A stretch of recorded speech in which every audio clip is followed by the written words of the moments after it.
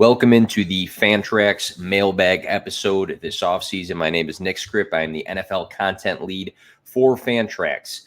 If you follow the brand there, we have exciting news this week. We just dropped our NFL draft kit for the 2024 season. It's a one-stop shop for all of the off-season articles covering pretty much everything you need to know for fantasy football redraft leagues. We have some dynasty content in there as well.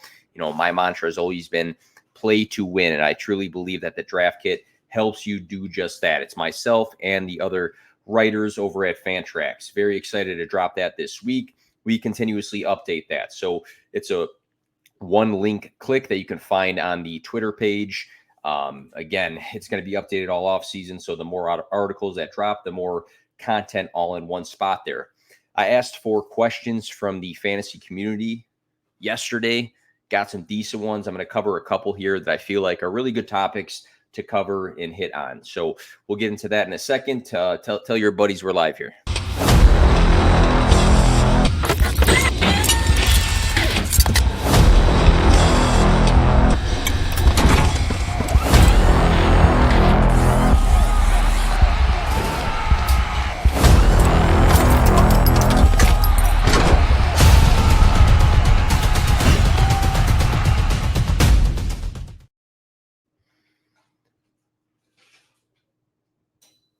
All right, so we have some great questions from the community, starting off with my friend at DuBois_22. One player you are avoiding in redraft. So let's get that on the screen here. So at DuBois_22, one player you are avoiding in redraft. I wanted to cover this topic, not just, to speak on individual guys, but when it comes to avoiding players in redraft altogether. Whenever you are out on a player, it usually has to do with a few different factors. A majority of the time, it has to do with cost or ADP. Where are players being drafted? I may feel a player is good, but being drafted too high for their position. Take James Cook, for example. He's being drafted around the running back 12. I value personally other players above him that are being drafted after him. So when I do the math in my head, I would avoid him in redraft because I don't want to spend up for a guy that I rank lower than where he's being drafted. So he's a guy that I would avoid. Sometimes I don't believe in the talent, in all honesty, on a personal level. Zamir White, he balled out last season in a small window of games. He's never been a guy, though, that I regarded as a high talent. He's never been a guy that I was, excited for or liked as a prospect. So the windows of positives, they were small for me. I don't really love the Raiders situation. If he's being drafted running back 19 to 23, if he's going to float around there, that's something I'd avoid as well. And it kind of goes with my first point of, hey, I like guys that are being drafted after the guy. Now, point two, I'm not really into the talent. It also can come down to a specific strategy at the end of the day. I love Jalen Hurts, but maybe my draft strategy heading into a redraft draft is that I don't want to take a quarterback where he is being drafted. I think he's going to ball out. I'll probably have him as a top 3 quarterback in my rankings, but it's not going to align with the way I want to attack my draft. Maybe my strategy going into my draft is that I want to focus on grabbing some high-level wide receivers earlier and kind of wait on quarterback because I feel like there's guys later on in the draft that can have a good season. So sometimes avoiding guys can mean that I do like the player, but it doesn't align with my strategy. So, again, I can talk about very specific players here, but I think it's a bigger topic to cover in general. So whenever I am avoiding players, maybe it's because I'm avoiding them due to cost, where they are being drafted. Maybe I'm avoiding them because I'm not really in on the talent. I don't really see the skill set translating to what I would like for fantasy football, or maybe it just doesn't align with my draft strategy to take certain players in certain positions. At Brandon Blanco FF, name me a wide receiver, running back, tight end outside the top 24 that can finish top 12. So this is interesting. So, when looking at ADP, I typically look at best ball during this time of year because there's a lot of best ball drafts going on, but not tons of redraft leagues in action right now. So, if I reference where a guy's being drafted, it's likely his best ball ADP. For the running back position, I'm going to say Austin Eckler. His best ball ADP is running back 32. I'd bet he climbs due to being a household name when it comes closer to redraft time. But he had a down 2023 with some health and usage issues. But prior to 2023, he finished number 1, number 2, number 9, and number 6 in fantasy points per game in the 1, 2, 3, 4 seasons prior. Washington knows who they brought in. It's a league's premier pass catcher. He's been that for years now. So expect the high pass catching numbers to go back up. I also think he can be a safety blanket in a way for Jaden Daniels. For the wide receiver position, I like Zay Flowers. He's being drafted outside that top 24 right now. Zay Flowers led the Ravens in targets per game as a first-round rookie. He was number 15 in yards after the catch, 19-plus fantasy points in 4 out of 5 of his last regular season games. So he finished the season very hot. Some people look at the grand scheme of, points per game and the amount of games he did X, Y, and Z, but he finished the season well. And we've seen that in the past with, rookie wide receivers taking off at, the second half of the year. And Zay Flowers stood hot in the playoffs this year. 9 catches on 13 targets for 156 receiving yards and a touchdown through 2 playoff games. So not only did he finish the regular season hot, he was in the NFL playoffs in the 2 most important games for the Ravens, also hot.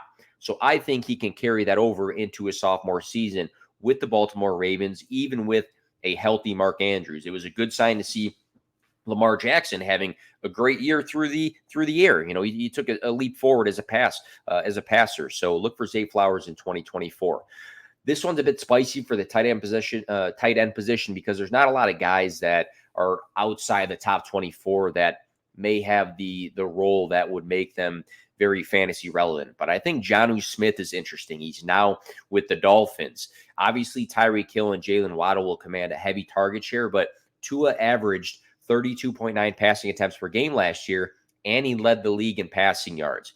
Jonnu Smith produced a career-high 582 receiving yards in 2023 in a low-volume Atlanta offense that had Kyle Pitts and Drake London. He averaged the 13th most fantasy points per game back in 2020. So he's had a pretty, fantasy relevant season under his belt in the past. So Jonnu Smith now enters a situation, high flying, high paced Miami offense where he could be the third option. He could secure that role behind Tyreek Hill and Jalen Waddle. And when you have, arguably the league's best wide receiver duo, not a lot of attention is going to be on you as the new tight end coming into the system. So looking again at what he did last season in Atlanta, I think it can translate to fantasy relevance in 2024.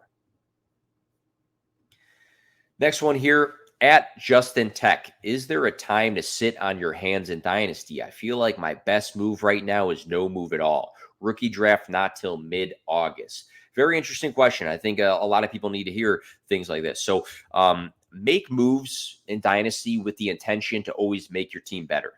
I think there's times where we make moves out of boredom. We make moves out of, trying to capitalize on a player rising through camp news, or, there's a guy being hyped or a guy that's struggling that you want to get on or get off of right away. Always make moves with the intention to make your team better. Also, make moves that align with the direction your team is going. If you are in rebuild mode, when it comes to making moves, I'd say make the moves that, align with rebuilding and don't stray off of that. If there's not moves you can make right now, this time of year to rebuild, then don't. If you are a contender, I'd be looking at, hey, who are some veterans right now being undervalued that can produce and help me win specifically in 2024. So again, make moves that align with the direction of your team. The last piece here of specific to Justin is he said rookie draft is not until mid-August. If the rookie draft is not until mid-August, now would be the time to make moves to go and acquire those rookie draft picks. Timing is always key in Dynasty. The closer and closer you get to your actual rookie draft, those prices are going to go way up. Typically, you want to buy those picks prior to the NFL draft because once you can tie names and faces to actual teams, people get more excited about the rookie class. So, we're kind of beyond where there was a buying window where the picks probably weren't as expensive. But the closer and closer you get to your actual rookie draft, the more and more people want to actually use those rookie draft picks. So I'd say, if you feel like you're forcing moves in Dynasty, don't. But, timing is key. And if your rookie draft is not until August, I'd say if you want to buy some picks, now is the time. If you are selling picks, wait until close to your rookie draft, if not on the rookie draft day. My good friend at McBreeze11 asks, who is this year's Raheem Mostert? So the qualifier, a veteran running back who rushed for over 1,000 yards, scored a ton of touchdowns, and gave managers a major fantasy edge that completely smashed ADP. That is what Raheem Mostert was last year. Who comes to mind? 29-year-old James Conner comes to mind. Across his final 5 games last season, Conner averaged 20.8 rushing attempts, 102.8 rushing yards, 4.92 yards per attempt, 1 rushing touchdown, 2.6 receptions, 25.8 receiving yards, 0.4 receiving touchdowns, 23.86 fantasy points per game during that span, which basically told us this man still has juice, right? 21 touchdowns for Mostert in 2023 was massive. That's what really gave him a scoring edge for fantasy football. Conner's had a season somewhat close to that. He scored 18 total touchdowns in 2021. I love me some Trey Benson, but he is the future. The now is James Conner. I think Arizona is a much improved offense all around. Got a healthy Kyler Murray. Trey McBride looks like an elite tight end. Marvin Harrison Jr., generational prospect. He's tossed in that sort of conversation. And I think they are going to lean on James Conner out of the backfield because when he is healthy and on the field, James Conner does very, very good things for the Cardinals. And I think they are going to run him until the wheels fall off. So I think James Conner can be this year's Raheem Mostert. Then the last question here. Let's cover that. Lando Gonzo 5. In a Superflex league, doesn't it make better sense to draft in this order? High quality quarterbacks, number 1. Number 2, high quality running backs. And number 3, high quality wide receivers. So I think it's important in a Superflex, and this is for a startup question because he did clarify that in the comments. I think it's important to have some sort of strategy heading into your drafts. But I always want to note that every single dynasty startup is different. I have one right now going on today at some point with some subscribers in my Patreon. It's the Subscriber League 4. I guarantee that the way this draft goes is going to be far different than the way Subscriber League 3, 2, and 1 went. I just had an analyst dynasty startup this offseason, and I can tell you that draft went far different than, the 2 drafts I did before that were startups. Every draft is different. So, when you're in those drafts, you got to play the board for one. The way guys come off, the way quarterbacks are drafted, the way wide receivers are drafted are going to be different. I'm a firm believer of having some sort of direction of your team heading into the draft. That's going to change when things start moving across the draft board. But I also think you kind of just draft talent as it comes. When guys, let's say there's quarterbacks that, let's say Jalen Hurts. I've seen him drop, farther than he should in some dynasty startups. And, if you are hyper focused on, I'm just going to build around elite wide receivers, but Jalen Hurts falls to like the 10th overall pick in a super flex.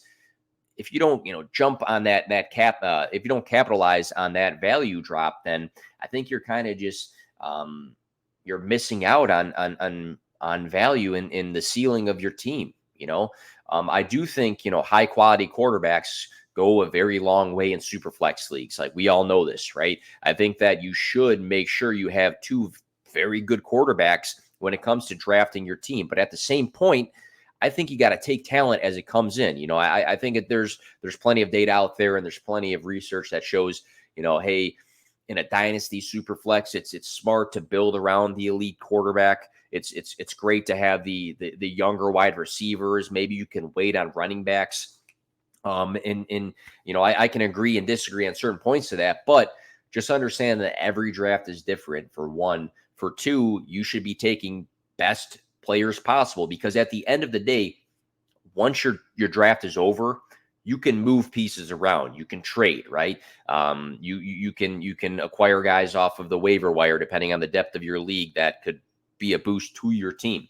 I think you just want to walk away from your dynasty startup having the most valuable team possible, not the best lineup, not the team with the most balance, not the team that has the better quarterbacks over everybody else. You want your overall team to have the most value for dynasty. So that should be your focus. Every draft is different. Try to leave those drafts with the highest valued dynasty team. Hopefully that answers your question there.